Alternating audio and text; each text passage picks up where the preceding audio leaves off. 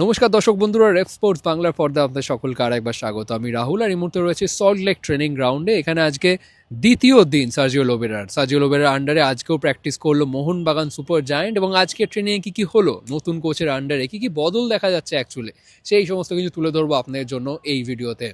প্রথমেই আজকে ট্রেনিংয়ে যেটা হাইলাইট বলতে গেলে সব থেকে নজর কাড়লো, সেটা হলো একবারে ট্রেনিং শেষে দুই সাইড ব্যাক অভিষেক সিং এবং আশিস রায় দুজনের সাথে আলাদা ক্লাস নিল সার্জিও লোবেরা। প্রথমে দেখা গেল ট্রেনিং শেষ হওয়ার পর যখন সবাই কুল ডাউন করছিলেন, সেইখান থেকে সেই গ্রুপ থেকেই আশিস রায়কে তিনি ডেকে নিলেন একা, এবং আশিস রায়ের সাথে প্রায় 5 মিনিট ধরে কথা বললেন সার্জিও লোবেরা, তাই কিছু বোঝাচ্ছিলেন অ্যাকচুয়ালি। এবং তারপর দেখা গেল অভিষেক সিংকে ডাকতে, অভিষেক সিংয়ের সাথেও প্রায় 5 মিনিট মতন কথা বললেন সার্জিও লোবেরা। এবার সব থেকে একটা ইন্টারেস্টিং ব্যাপার সেটা হলো এই দুই ফুটবলারই কিন্তু সাইড ব্যাক, আর এই সার্জিও লোবেরার আন্ডারে আপনারা অনেক সাইড ব্যাকেই এই ইন্ডিয়ান ফুটবলের কিন্তু উত্থানের কথা আপনারা শুনেছেন, উত্থান দেখেছেন আপনারা। স্পেশালি যদি দেখে থাকেন, মেহতাব সিংকে এর আগে তিনি সাইড ব্যাক হিসেবে খেলিয়েছেন, আমের আনোয়ারের মতন ফুটবলার কিন্তু এই সার্জিও লোবেরার আন্ডারে সাইড ব্যাক হিসেবে কিন্তু বেশ ইমপ্রেস করেছে। এমনকি মান্দার রাও দেশাই, তিনি কিন্তু অ্যাজ এ লেফট মিডফিল্ডার হিসেবে খেলতেন, কিন্তু লেফট ব্যাক হিসেবে বেশ ইমপ্রেস করেছে এই সার্জিও লোবেরার আন্ডারেই।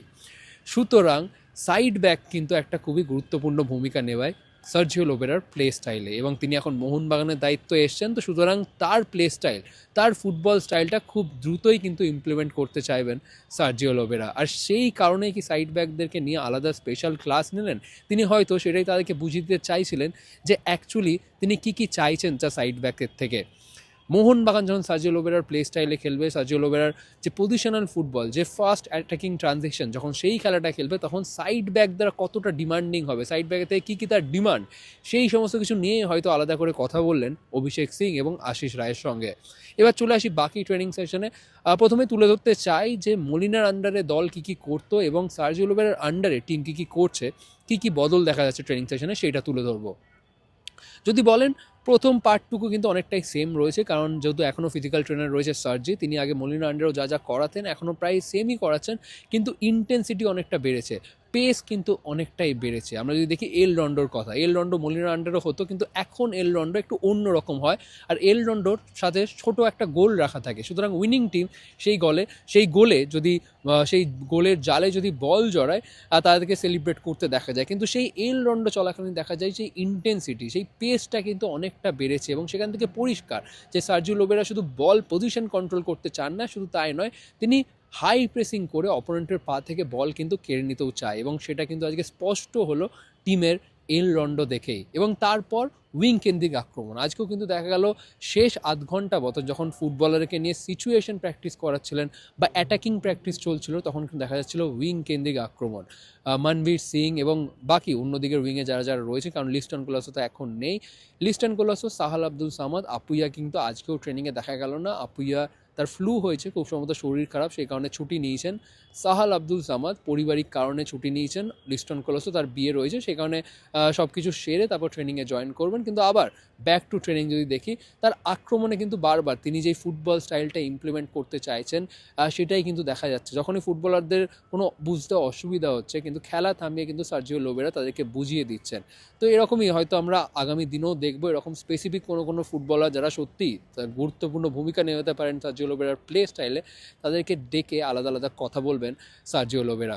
কিন্তু আপনারা সকলেই জানেন যে কলকাতা এখন অল অ্যাবাউট লিওনেল মেসি, কারণ আজ গভীর রাতে কলকাতায় পা রাখতে চলেছেন লিওনেল মেসি, এবং সেই নিয়ে মোহনবাগান শিবিরও কিন্তু উন্মাদনা খুব একটা যে কম তা কিন্তু নয়। কারণ গতকালই জেসন কামিংস তিনিও কিন্তু বেশ খুনসুটি করেই বলেছিলেন যে লিওনেল মেসির সাথে তিনি হোটেলেই দেখা করবেন পার্সোনালি গিয়ে। সেটা আদৌ সত্যি কিনা সেটা এখনও ঠিক জানা নেই, কারণ হোটেলে যথেষ্ট টাইট সিকিউরিটির মধ্যে থাকবেন লিওনেল মেসি। এবং আজকে ডিমি পেট্রাটস যখন বেরিয়ে গেলেন, তখন তিনিও কিন্তু বলে গেলেন যে I will play 1-on-1 versus Lionel Messi. এটাও তিনি মজার সুরেই বললেন, কারণ কতটা পসিবল হবে সেটা আই ডাউট।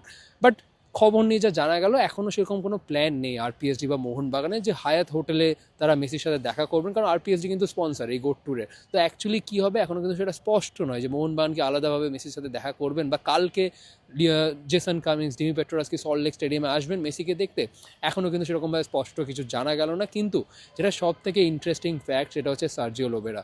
এই সার্জিও লোবেরা যখন বার্সেলোনার ইউথ অর্থাৎ লা মাসিয়া, যেটা গোটা বিশ্বে কিন্তু পপুলার ইয়ং ট্যালেন্ট প্রডিউস করবার জন্য। সেই সার্জিও লোবেরার আন্ডারে কিন্তু লিওনেল মেসিও ট্রেনিং করেছে সেই লা মাসিয়াতে।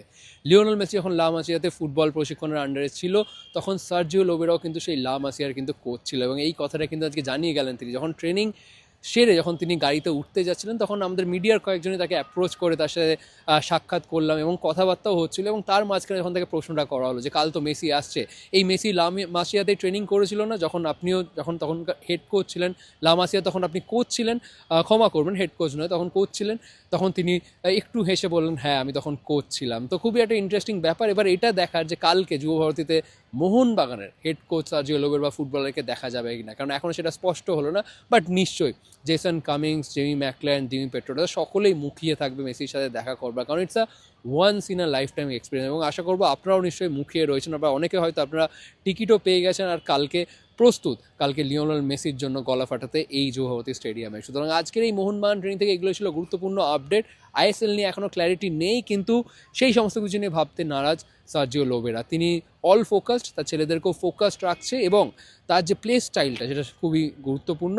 তার যে attacking fast pace attacking transition, সেটা তিনি ইমপ্লিমেন্ট করতে চাইছেন দলের মধ্যে, এবং আরও আগামী দিনও আমরা দেখবো আরও তিনি অনেক কিছু ইমপ্লিমেন্ট করতে চাইবেন দলের মধ্যে, এবং দলটাকে তৈরি করতে চাইবেন আইএসএল এর জন্য। তো এখানেই শেষ করছি আজকের এই ভিডিও। আপনাদের কি মতামত অবশ্যই জানাবেন কমেন্ট সেকশনে। আবার আপনাদের সকলের সাথে দেখা হচ্ছে পরবর্তী ভিডিওতে।